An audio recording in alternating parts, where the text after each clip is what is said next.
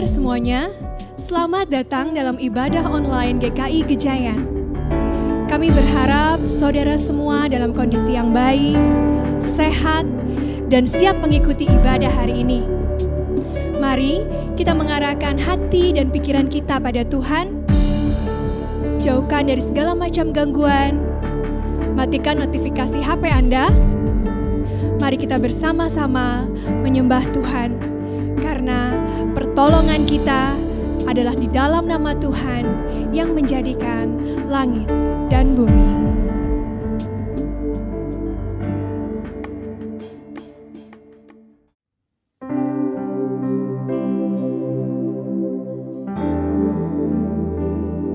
Terlepas dari situasi kami saat ini ya Tuhan,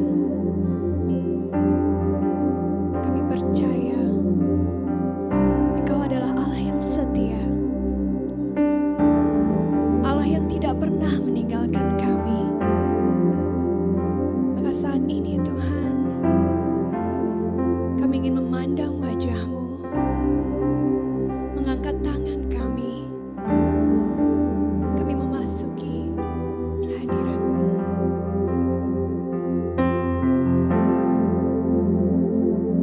Ku mengangkat wajahku, memandang keindahan-Mu, Yesus. Syukur bagi kesetiaan-Mu di sepanjang hidupku. Dan ku angkat tanganku ke tahta kasih dan karunia-Mu. Tak sekalipun Kau tinggalkanku, Yesus sahabatku.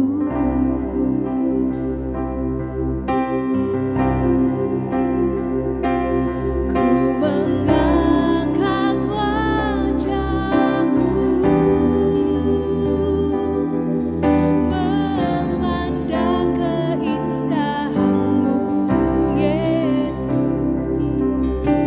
Syukur bagi kesetiaan-Mu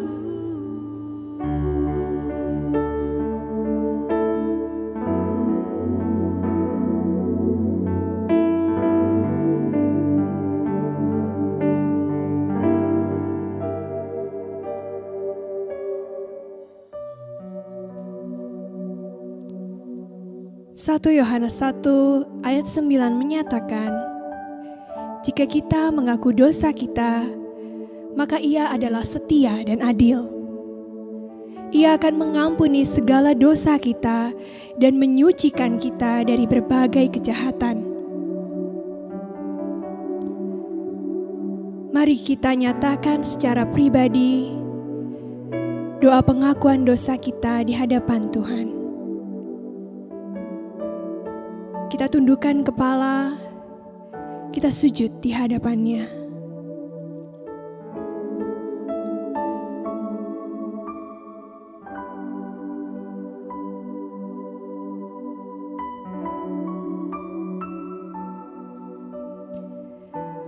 Dengarkanlah doa pengakuan dosa kami ya Tuhan. Ampunilah segala dosa kami. Layakkanlah kami Tuhan. Perbarahilah hidup kami dan jadikan kami baru. Hanya di dalam nama-Mu kami mengaku dosa. Amin. Saudara-saudara yang terkasih, dalam penyesalan dosa Tuhan memberikan berita anugerah dan pengampunan yang pada hari ini diambil dari Mazmur 37 ayat 27 sampai dengan 29. Demikianlah berita anugerah dan petunjuk hidup baru ini. Jauhilah yang jahat dan lakukanlah yang baik, maka engkau akan tetap tinggal untuk selama-lamanya. Sebab Tuhan mencintai hukum, dan Ia tidak meninggalkan orang-orang yang dikasihinya. Sampai selama-lamanya mereka akan terpelihara. Tetapi anak cucu orang-orang fasik akan dilenyapkan. Orang-orang benar akan mewarisi negeri dan tinggal di sana senantiasa. Demikianlah berita anugerah dari Tuhan. Tuhan kita itu hebat, Tuhan kita itu kuat dan penuh kemuliaan. Mari dengan penuh sukacita kita nyanyikan terpujilah nama-Mu Tuhan.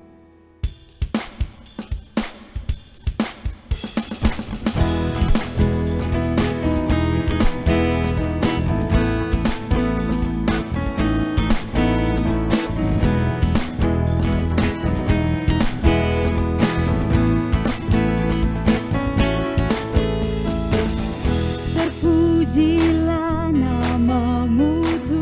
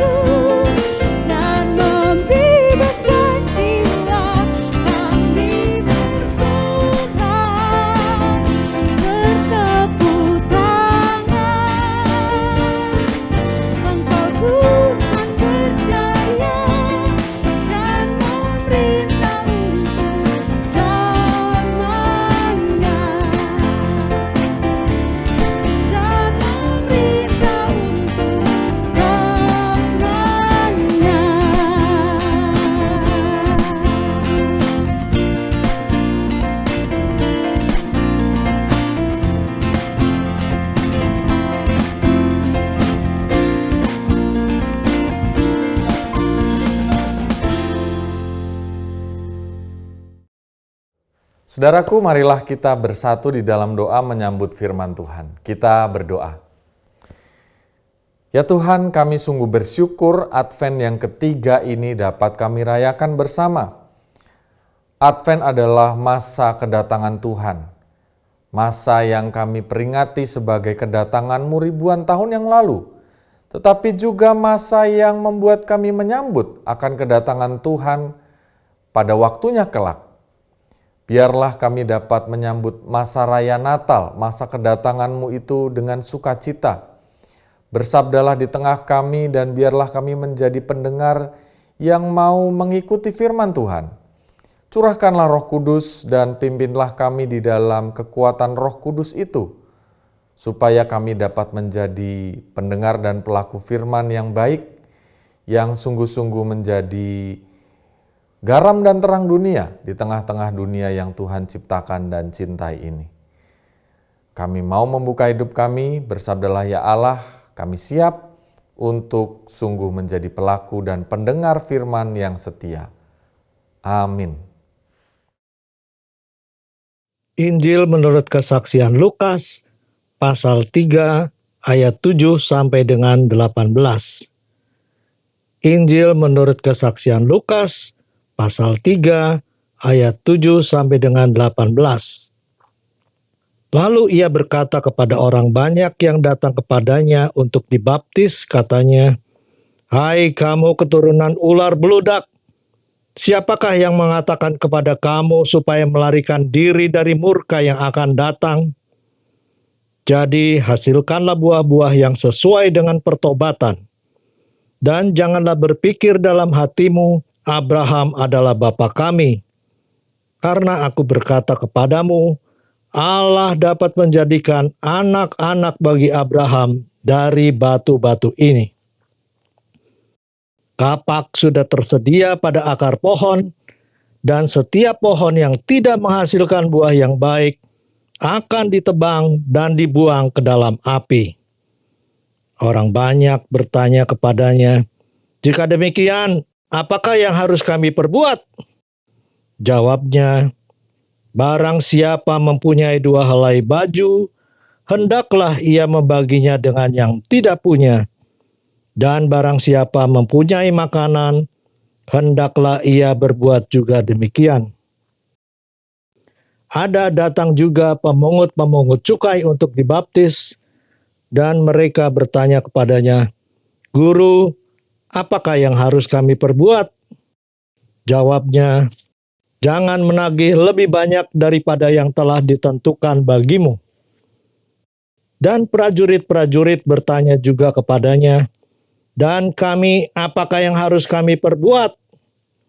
Jawab Yohanes kepada mereka, "Jangan merampas dan jangan memeras, dan cukupkanlah dirimu dengan gajimu." Tetapi karena orang banyak sedang menanti dan berharap, dan semuanya bertanya dalam hatinya tentang Yohanes, kalau ia adalah Mesias, Yohanes menjawab dan berkata kepada semua orang itu, "Aku membaptis kamu dengan air, tetapi Ia yang lebih berkuasa daripadaku akan datang, dan membuka tali kasutnya pun aku tidak layak. Ia akan membaptis kamu dengan Roh Kudus dan dengan api. Alat penampi sudah di tangannya untuk membersihkan tempat pengirikannya dan untuk mengumpulkan gandumnya ke dalam lumbungnya. Tetapi debu jerami itu akan dibakarnya dalam api yang tidak terpadamkan." Dengan banyak nasihat lain, Yohanes memberitakan Injil kepada orang banyak. Demikianlah Injil Yesus Kristus. Berbahagialah semua orang yang menerima berita Injil, menyimpan dalam hati, dan menerapkannya dalam kehidupan sehari-hari. Maranatha. Shalom saudara-saudara yang terkasih. Ada banyak cara merasakan getar-getar kesenangan atau kenikmatan di dalam hidup kita ini. Salah satu cara yang populer dan fenomenal adalah dengan mengkonsumsi narkoba. sehingga melaluinya orang mencapai tahap on-off atau nge-fly. Konon dengan cara ini pengguna narkoba merasakan kenikmatan yang luar biasa. Mereka seakan terbang ke langit yang tinggi dan segala persoalan yang sedang dihadapi serasa lenyap. Badan terasa ringan, kesadaran meredup, dan mereka serasa sudah di surga di tingkat yang paling atas. Yang menarik, kenikmatan yang ditemukan dalam narkoba ternyata tidak hanya dicari oleh mereka yang merasa kesepian, stres, tertekan. Tetapi ternyata di kalangan masyarakat elit juga mengkonsumsi narkoba sebagai pelarian atau gaya hidup. Tentunya kita melihat bahwa orang-orang yang demikian mengkonsumsi narkoba tidak selalu sebagai bentuk addicted, terlanjur kecanduan, tetapi supaya tampil beda dan bergaya, mengisi kekosongan hidup, kebosanan. Tetapi saudara, satu hal yang pasti yang kita ketahui tentu, bahwa bagi para pecandu narkoba atau para pengguna narkoba ini, dalam bentuk yang ringan ataupun yang berat, hasilnya tetap sama. Kebahagiaan atau kenikmatan yang didapat tentulah hanya bersifat sementara saja. Mereka sama sekali tidak mengalami kepuasan, kegembiraan yang sungguh-sungguh permanen. Hanya didapat satu kesenangan sementara.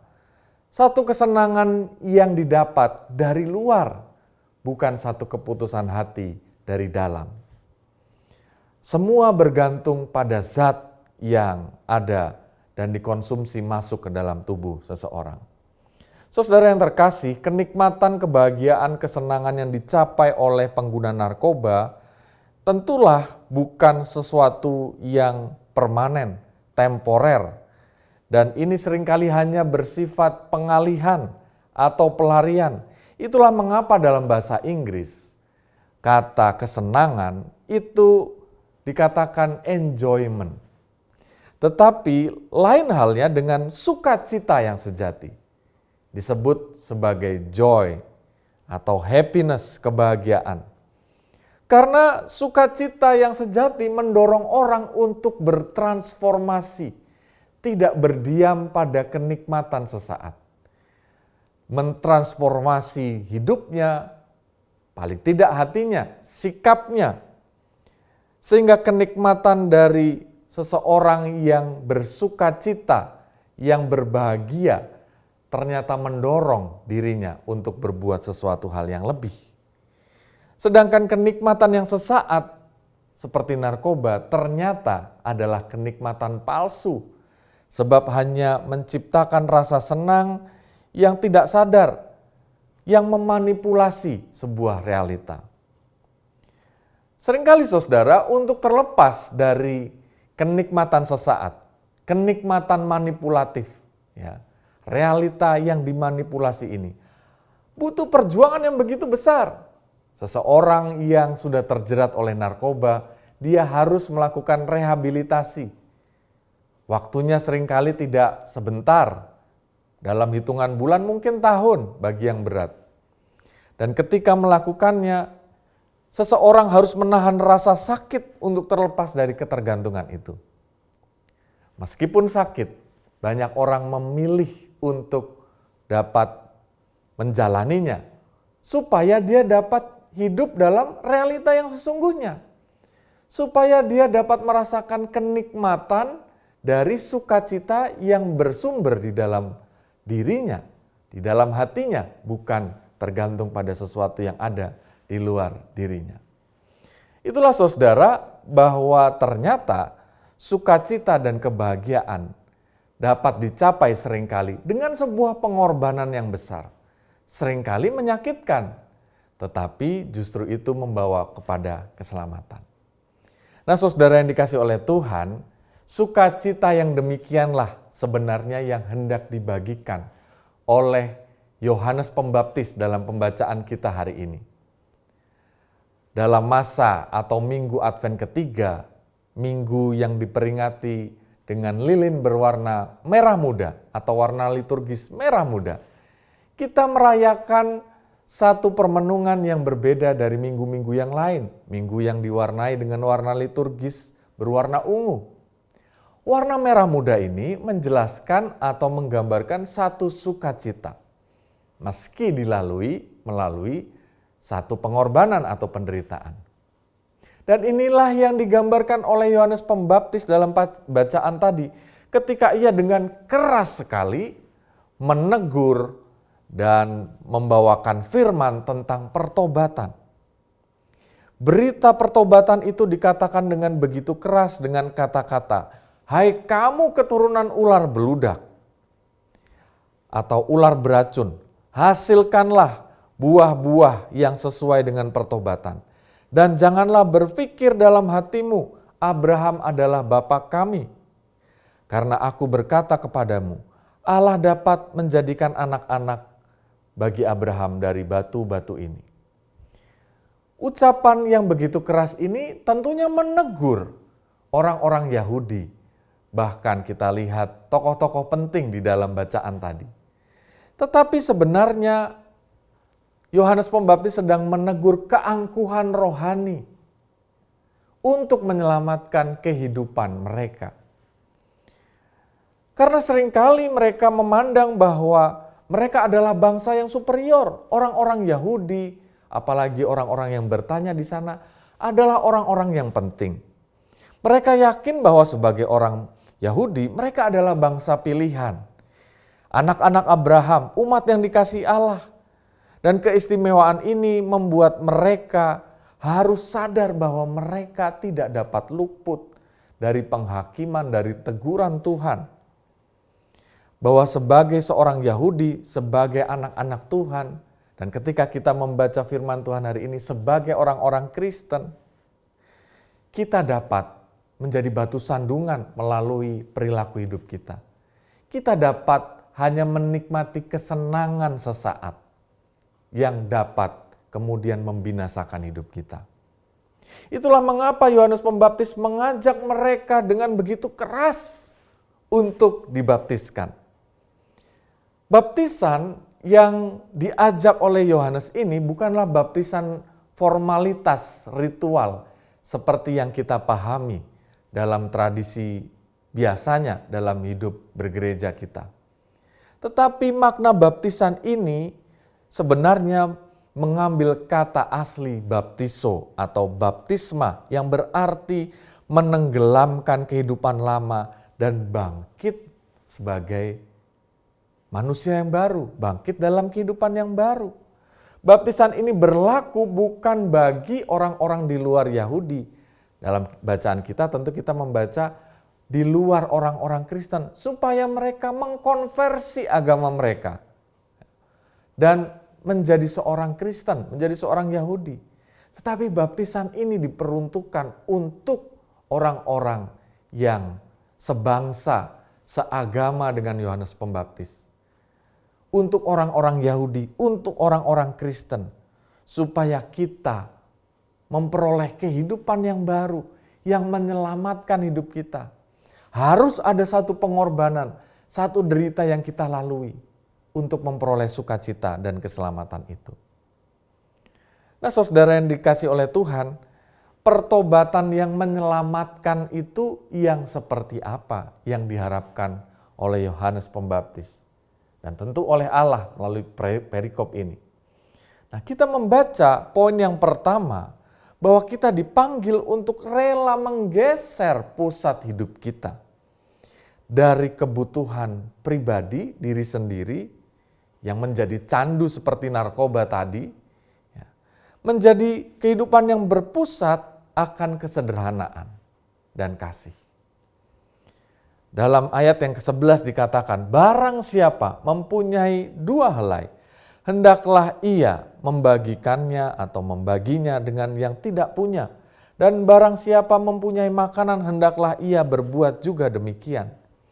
Dengan demikian, kepada orang-orang percaya, kita diajak untuk membudayakan hidup sederhana. Hidup yang berani berkata cukup. hidup yang menggeser prioritas kepada kehidupan yang menyadari bahwa hidup kita di dunia ini adalah sebuah blueprint yang sudah dicetak oleh Allah, supaya hidup kita seperti Kristus yang memberi hidup bagi dunia, tetapi justru tidak mati atau tidak ada di dalam maut selama-lamanya, tetapi memperoleh hidup yang kekal. Inilah pertobatan yang Tuhan titipkan melalui Yohanes, bahwa ketika kita berani berkata cukup dan berani membagi waktu, tenaga, berkat Tuhan bagi dunia yang membutuhkan ini, kita tidak sedang tenggelam dalam lautan yang membuat kita selalu ingin menenggak air dari lautan yang begitu asin dan membuat kita justru haus lagi dan lagi, tetapi memperoleh air kehidupan, air yang murni dari mata air, yaitu dari Kristus, supaya kita diselamatkan. Artinya kita sedang diajak untuk sungguh-sungguh menghayati, untuk memperoleh air hidup dan menggunakannya itu pada porsinya.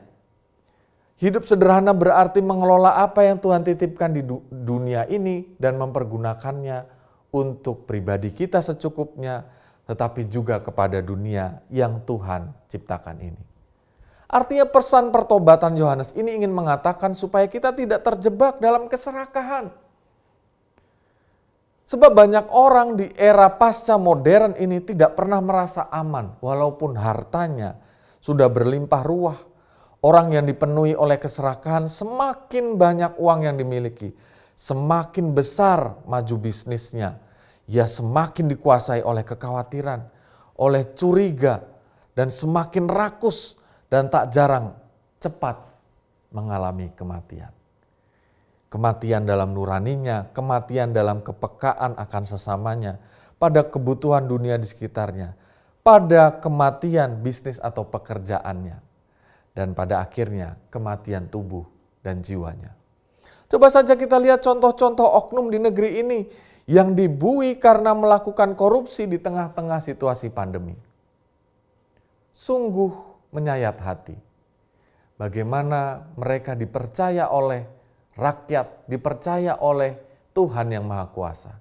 Tetapi mempergunakan masa-masa pandemi, program-program pandemi untuk justru meraup keuntungan bagi diri mereka sendiri. Apakah mereka tidak memiliki penghasilan dan juga gaji yang mumpuni? Bisa dikatakan bahwa penghasilan mereka dari gaji, dari hal-hal yang lain sebenarnya sudah lebih dari cukup. Tetapi rasa keserakahan itulah yang membuat mereka justru akhirnya mengalami kematian. Kematian dalam karya mereka. Karena pada waktu yang selanjutnya mereka hanya dapat dikurung dalam tahanan, dalam penghukuman. Kematian dalam nurani mereka. Dan pada akhirnya mereka seperti ilustrasi awal tadi. Seperti seseorang yang menikmati obat-obatan dari luar diri untuk kesenangan sesaat semata. Tetapi kehilangan joy and happiness, sukacita dan kebahagiaan yang sejati. Dengan demikian kita melihat bahwa orang yang materialistis dan serakah akan sulit mengalami sukacita. Sebaliknya orang yang merasa cukup, yang menikmati air dari mata air kehidupan, akan sebaliknya merasakan sukacita yang berasal dari dalam diri sendiri. Bukan berasal atau tergantung dari apa yang ada di luar dirinya. Nah, saudara yang dikasih oleh Tuhan, seseorang yang menikmati enjoyment, kenikmatan, kesenangan sesaat itu dibandingkan dengan orang yang mau mencurahkan hidupnya bagi dunia yang Tuhan ciptakan ini, bisa digambarkan juga dengan perbedaan ilustrasi laut mati dan juga sungai yang mengalir. Saudara, jika kita berpergian atau berkunjung berwisata rohani ke daerah Israel dan sekitarnya, maka kita akan menemukan satu tempat yang dinamakan Laut Mati. Laut Mati sebenarnya bukanlah sebuah lautan, tetapi sebuah danau yang membujur di daerah antara Israel, Palestina, dan Yordania. Laut ini memiliki titik terendah di bumi yaitu sekitar 430,5 meter di bawah permukaan laut. Jadi ini titik terendah permukaan laut yang bisa dipijak oleh manusia. Danau ini terbentuk dari 3 juta tahun yang lalu. Luar biasa usianya dan keajaiban Laut Mati ini. Ketika berwisata rohani, seseorang yang berkunjung ke sana biasanya hendak menceburkan diri sesaat supaya mengapung-apung di sana. Mengapa demikian? Sebab air yang ada di sana terlalu asin. Kandungan garam yang ada di sana itu ternyata sebesar 32% dari kandungan mineral yang ada di dalam air laut. Itu berarti 10 kali lipat lebih asin dari air laut rata-rata yang hanya kandungannya 3% dari air laut yang ada. Yang sangat menyedihkan saudara, akhirnya tidak satu pun organisme, baik tumbuhan ataupun hewan dapat hidup di Laut Mati. Itulah mengapa danau ini disebut Laut Mati, tempat di mana kadar garam membuat organisme tidak dapat bertahan hidup. Ikan-ikan yang berasal dari hulu sungai yang ada, yang kemudian masuk ke sana, akan mengalami kematian. Mengapa tempat ini bisa memiliki kadar garam yang demikian dan tidak ada organisme yang dapat bertahan? Ternyata saudara, jawabannya adalah karena Laut Mati hanya menerima aliran air dari hulu sungai, tapi tak pernah mengalirkan aliran air tersebut ke tempat yang lain. Karena dia berada di satu dataran yang paling rendah di atas permukaan air, ya, pantai di sana demikian, ternyata air akan masuk ke sana, tetapi terperangkap terjebak sehingga air yang masuk tidak memiliki jalan keluar dan terperangkap hingga menguap. Berbeda saudara dengan Laut Mati. Berbeda dari Laut Mati yaitu sungai yang jernih mengalir dengan deras. Biasanya jika kita menemukan sungai yang jernih dan mengalir deras, kita kemudian akan melihat banyak makhluk hidup yang dapat bertumbuh karenanya. Sungai yang jernih dengan air yang mengalir biasanya akan membuat kita mudah menemukan binatang-binatang yang hidup. Ikan-ikan yang berenang di antara aliran air, lalu dapat terpelihara melalui lumut yang dapat bertumbuh, tumbuh-tumbuhan yang dapat bertumbuh karena air yang mengalir tersebut. Dataran di sekitarnya yang subur, yang membuat tanaman, pohon-pohon dapat bertumbuh dan menghasilkan buah. Nah saudara, apa sih yang bisa kita pelajari dari Laut Mati atau Danau Mati dan sungai yang mengalir deras ini? Perbedaan dari yang tidak mengalirkan sesuatu keluar dengan yang selalu merelakan, tetapi justru menghasilkan kehidupan. Bahwa ternyata kehidupan yang rela membagikan sesuatu pada semesta yang Tuhan ciptaan ini akan menyelamatkan banyak sekali kehidupan di sekitar kita. Ketika kita rela untuk tidak menahan kebaikan-kebaikan yang Tuhan titipkan, maka kita akan memperoleh pemeliharaan. Bahkan kita akan dapat juga memelihara kehidupan semesta di sekitar kita. Kita dapat menikmati sukacita dan kebahagiaan sejati yang muncul dari dalam diri kita, yang bersifat permanen, tidak bergantung pada sesuatu yang ada di luar diri kita. Kita akan mengalami joy and happiness, bukan sekedar enjoyment atau kesenangan sesaat. Kehidupan yang terpusat pada egosentrisme seperti danau atau laut mati justru akan mematikan segala sesuatu yang kita anggap kesenangan, karena itu hanya bersifat sementara. Nah, saudara yang terkasih, dalam situasi pandemi ini kita mungkin bertanya-tanya, kalau begitu ketika firman Tuhan hari ini mengajak kita untuk mengalami pertobatan, menghayati baptisan kita atau lahir baru di dalam Kristus, supaya kita menikmati joy and happiness itu, apa yang harus kita lakukan sementara kita mungkin mengalami berbagai macam dampak pandemi? Dan kita bertanya, bagaimana saya bisa berbagi kepada semesta ini jika hidup saya pun sedang susah dan menderita? Jika saya pun seringkali merasa saya bukan orang yang sepenuhnya kaya dan memiliki segalanya. Nah, tentunya saudara, kita menyadari bahwa semangat berbagi itu tidak mengukur seberapa yang Tuhan titipkan itu. Tetapi berapapun yang Tuhan titipkan, kita dapat berangkat untuk dapat membagikan sesuatu dari hal yang sederhana, dari hal yang kecil. Sehingga dari hal-hal yang kecil itu kita dapat melihat Tuhan menggunakannya untuk pemeliharaan semesta yang Tuhan kasihi ini. Seperti kisah berikut, kisah tentang sebuah program yang kemudian memberkati baik orang yang memberi maupun yang menerima. Mari kita saksikan sebuah kisah nyata dari sebuah video berikut ini.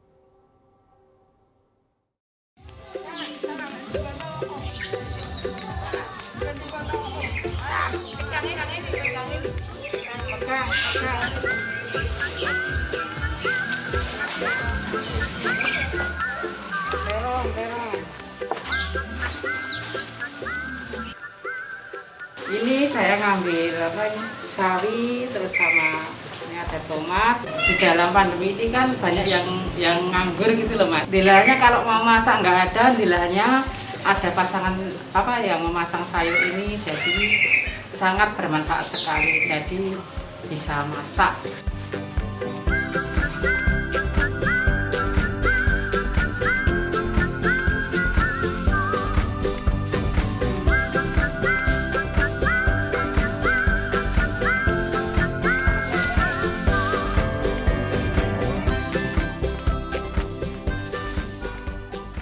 Sejangkauan tangan ini bermula dari saat-saat pandemi, kurang lebih bulan Februari Maret ya. Ketika awal itu semua masyarakat juga terdampak, terutama di kampung kami, di kampung Kutuwates RT 9 RW 10. Kemudian karena saat itu belum ada yang bergerak, kemudian kenapa tidak kita memulai dengan hal kecil itu.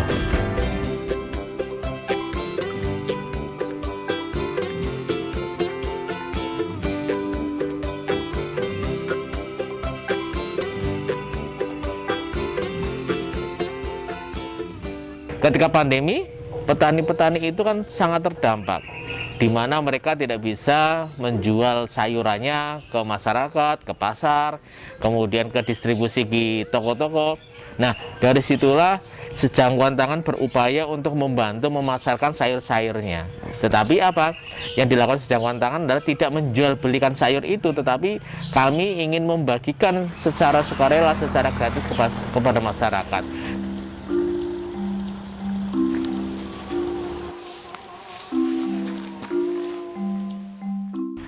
Daripada membusuk di rumah, tidak digunakan, akhirnya bermanfaat untuk teman-teman kami atau saudara-saudara kami yang di kota.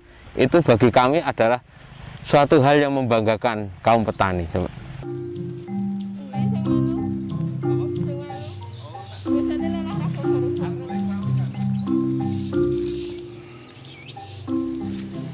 Karena itu kegiatan yang positif.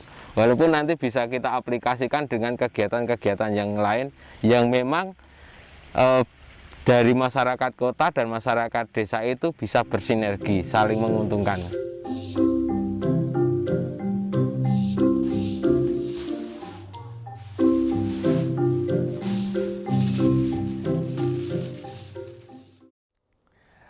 Saudara yang dikasihi Tuhan, satu kisah nyata menarik tentang satu program atau komunitas sejangkauan tangan.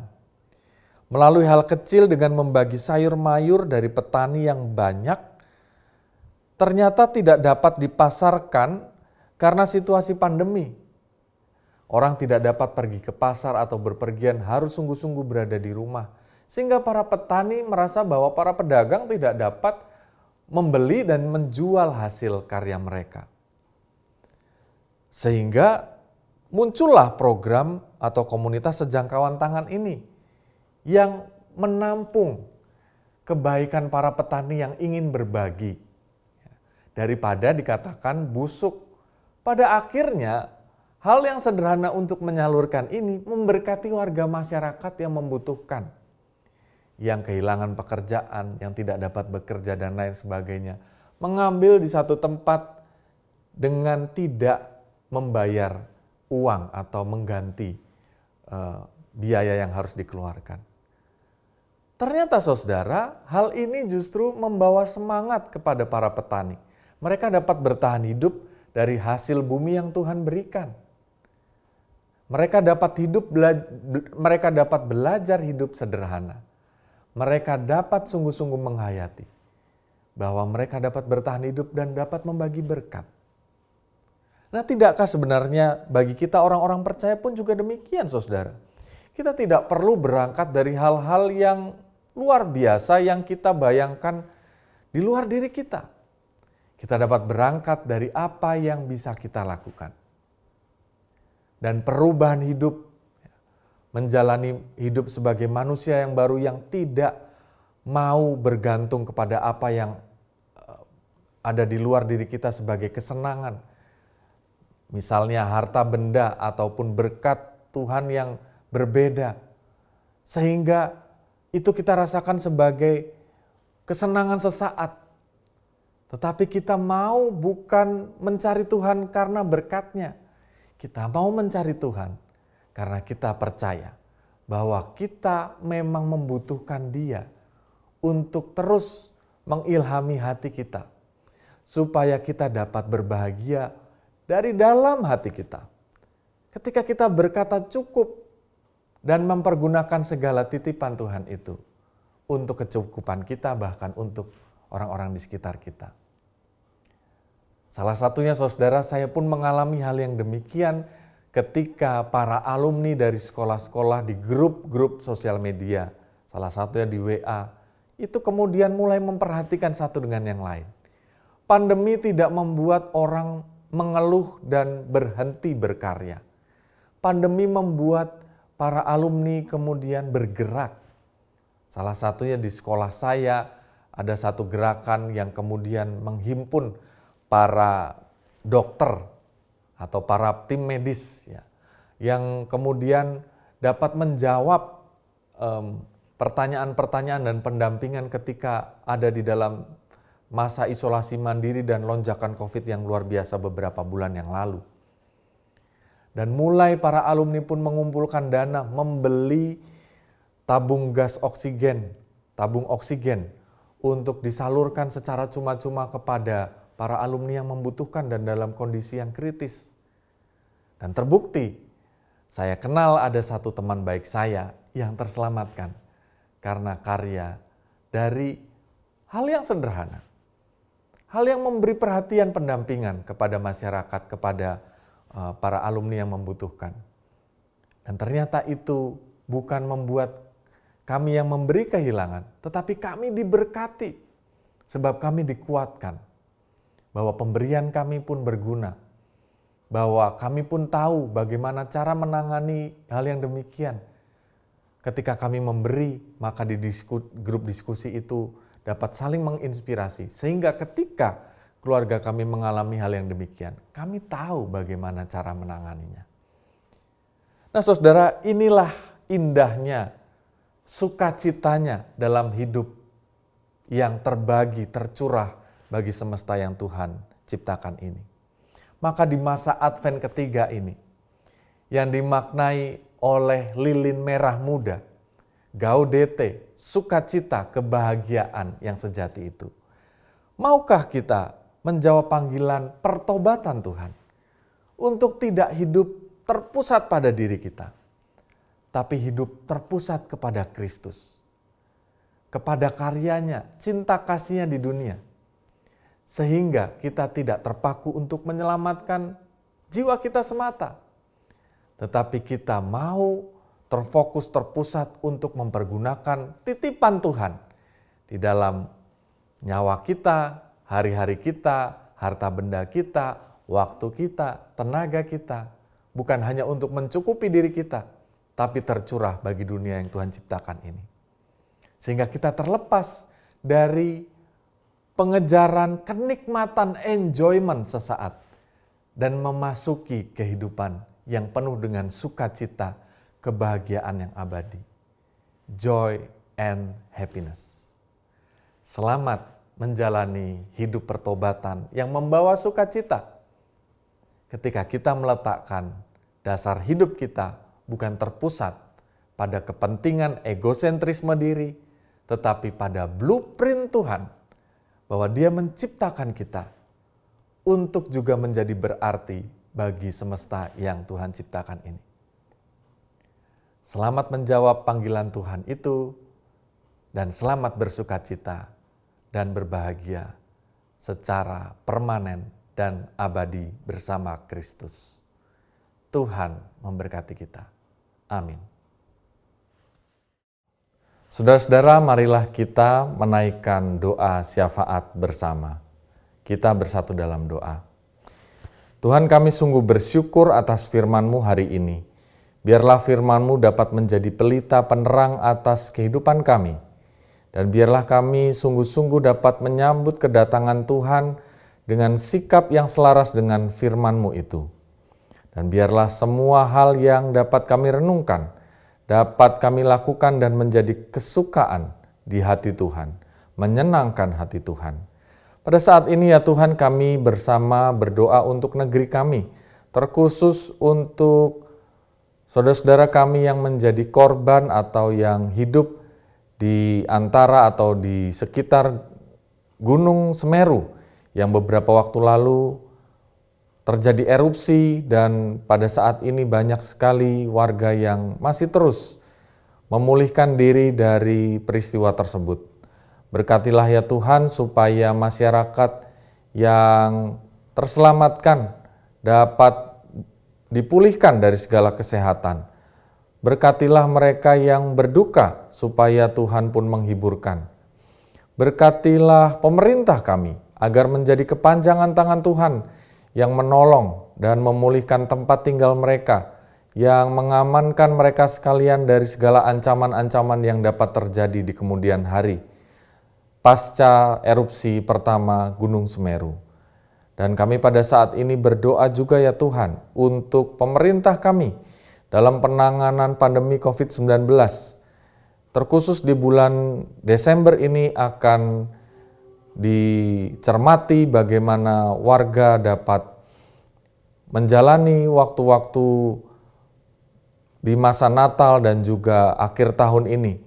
Berkati dan lindungi ya Tuhan masyarakat, dan biarlah pemerintah-Mu dapat menjadi rekan kerja Tuhan yang baik untuk dapat menangani situasi yang memungkinkan terjadinya pelonjakan pasien COVID-19 ini dapat diminimalis. Dan biarlah ya Tuhan, semua warga dapat juga menjaga protokol kesehatan yang baik, mengurangi berpergian dan juga dapat menjaga jarak dan tetap dapat mendapatkan kondisi yang sehat, sehingga pada masa liburan akhir tahun dan awal tahun tidak membawa korban yang banyak, tetapi justru negeri kami sungguh terbukti dapat melewati masa pandemi ini dengan sukacita, dengan perlindungan yang dari Tuhan. Tuhan yang memberkati dan melindungi warga masyarakat dan juga pemerintah kami sebagai rekan kerja Tuhan yang baik. Tuhan, kami mau berdoa juga untuk gereja-Mu dalam pelayanan dan persiapan perayaan malam Natal, Natal akhir tahun dan tahun baru. Berkatilah juga menjadi rekan kerja Tuhan yang baik, supaya dalam setiap peribadahan yang dilakukan dan diselenggarakan, itu semua menjadi satu momen pertumbuhan iman kami, tanpa mengurangi menjaga keselamatan warga jemaat dan juga masyarakat yang tentunya harus diperjuangkan. Kami berdoa supaya gerejamu pun juga menjadi tempat yang aman untuk dapat berpelayanan dan juga dapat beribadah bersama dengan baik. Kami berdoa ya Tuhan untuk kehidupan kami, kehidupan keluarga maupun kehidupan kami sebagai pelajar di Jogja. Kami berdoa supaya kami pun juga diberikan hikmat kekuatan dari Tuhan, supaya dalam menyambut masa Natal dan Tahun Baru ini, kami dapat bertumbuh bersama, kami dapat menjaga kesehatan dengan baik, kami dapat menahan diri untuk berpergian dan bertemu dengan sanak saudara di luar kota. Sehingga ketika masa-masa liburan ini berlalu dan kami memasuki tahun yang baru, kami semua ada dalam keadaan yang sehat. Dan kami berdoa supaya anak-anak kami yang sedang menghadapi masa-masa persiapan untuk ujian akhir semester, berkatilah mereka supaya dapat melakukan ujian dengan baik dan mendapatkan hasil yang optimal, sehingga itu semua menunjang kehidupan mereka di masa depan nanti. Inilah ya Tuhan doa kami yang jauh daripada sempurna. Ada hal-hal pokok doa yang belum dapat kami sampaikan melalui sesi doa syafaat saat ini. Tetapi biarlah Engkau sendiri yang menilik hati kami dan menjawab setiap pergumulan kami di dalam hikmat dan kasih sayang-Mu. Doa yang jauh daripada sempurna ini kami alaskan di dalam nama Tuhan kami Yesus Kristus, Juru Selamat dan Penebus kami yang hidup. Amin.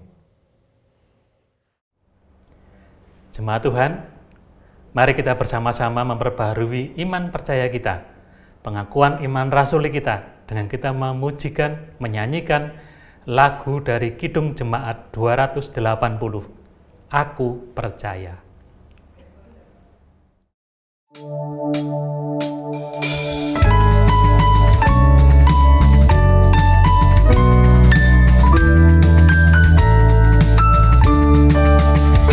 Aku percaya Allah yang kekal, yang oleh sabda kita kenal, Bapa pencipta alam semesta, yang mengasihi manusia.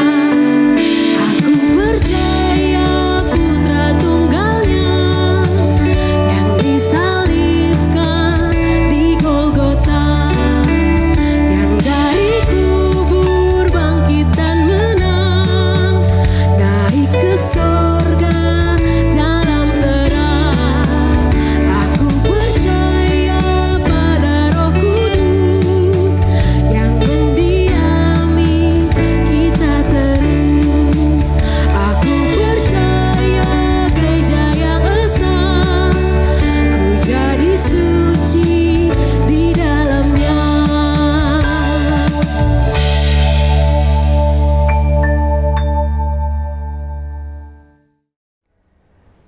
Jemaat Tuhan, pada saat ini kita bersama-sama diberi kesempatan untuk memberikan pengucapan syukur kita, memberikan persembahan kita.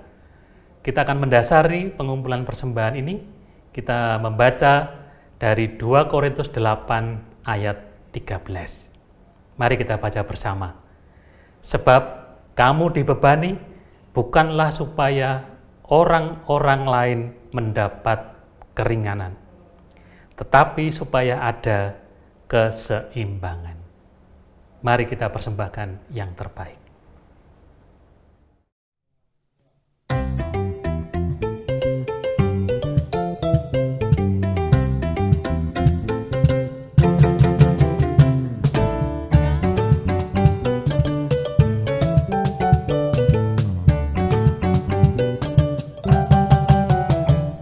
Segala puji syukur hanya bagimu Tuhan.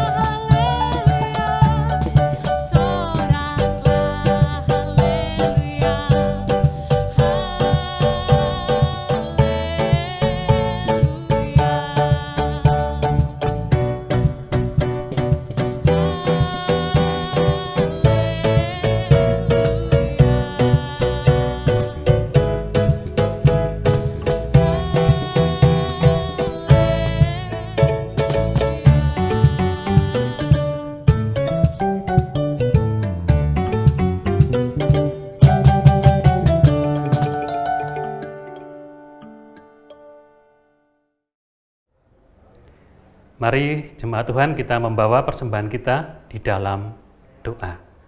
Mari kita berdoa. Bapa di dalam sorga, terima kasih Tuhan. Pada kesempatan ini kami masih boleh memberikan persembahan dari harta kami, dari uang kami Tuhan. Kiranya Tuhan Kau memberkati sehingga persembahan yang kami kumpulkan ini boleh menjadi berkat bagi orang-orang yang membutuhkan. Berkati juga majelis jemaat di dalam mengelola persembahan ini untuk mencukupi segala yang dibutuhkan di dalam pelayanan di gerejamu. Berkati tangan-tangan yang terulur yang memberikan persembahan, dan berkati juga Tuhan kiranya kami boleh mempersembahkan seluruh hidup kami, waktu kami ke dalam tangan kasih-Mu. Terima kasih Tuhan Yesus, di dalam nama-Mu kami mengucap syukur dan berdoa. Amin.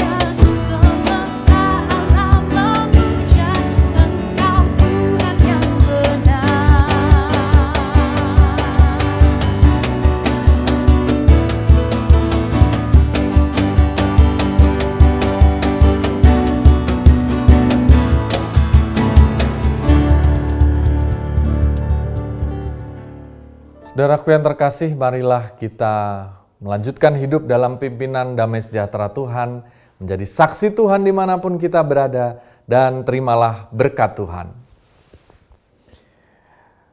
Maka Allah damai sejahtera, yang oleh darah perjanjian yang kekal telah membawa kembali dari antara orang mati Sang Gembala Agung segala domba, yaitu Yesus Kristus Tuhan kita, kiranya memperlengkapi kamu dengan segala yang baik untuk melakukan kehendak-Nya dan mengerjakan di dalam kita apa yang berkenan kepadanya.